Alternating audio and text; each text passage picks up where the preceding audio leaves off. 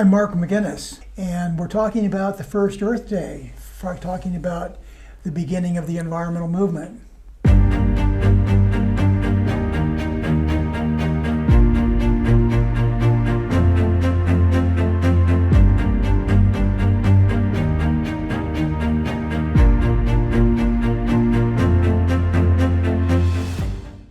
Well, I was a San Francisco resident when the Santa Barbara oil spill occurred, January 28th, 1969.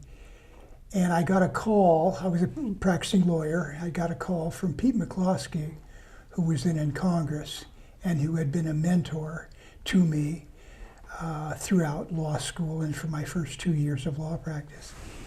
And he mentioned the Santa Barbara oil spill and said, have you heard about this?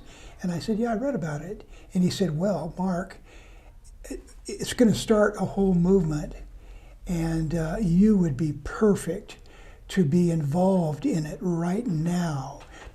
Get down there. It's really going to take off. We're going to use this event to build an environmental movement, and there'll be a whole new field of law. He said, right now, I'm working on something called the National Environmental Policy Act, and it's going to change fundamentally the way government makes decisions that have an impact on the environment. Very important. You can be a pioneer in that field. This is for you, Mark. So when Pete called and said, this thing has happened and we're going to start a movement and we're going to take on those who desecrate the environment for profit, we're going to take them on. And here's Pete, who takes people on. I'm going, yeah, I'll jump on that ship right now. And Pete's talking to me, and Pete says, well, what you need to do is you need to get organized so that we can kick off the movement from Santa Barbara. There's going to be an environmental movement. Right now I'm in Congress writing some things, but we are going to see, what we want to build is a national groundswell of citizen action. They allowed me to come in with them, and in fact, they helped to put me into a position to become the chair of this organizing committee to put on an event that was a precursor to Earth Day, which Pete was working hard on with Gaylord Nelson, Senator Nelson of Wisconsin. We decided on the first anniversary of the spill to make a statement to the world, a response of the citizens of Santa Barbara. So the group, Santa Barbara Citizens for Environmental Defense, asked Rod Nash, a young professor at UCSB, if he would write a declaration, a statement from the people, and he decided on the Santa Barbara Declaration of Environmental Rights. So we asserted the right to a livable environment, the right to a decent environment, wherever we were, under any circumstances.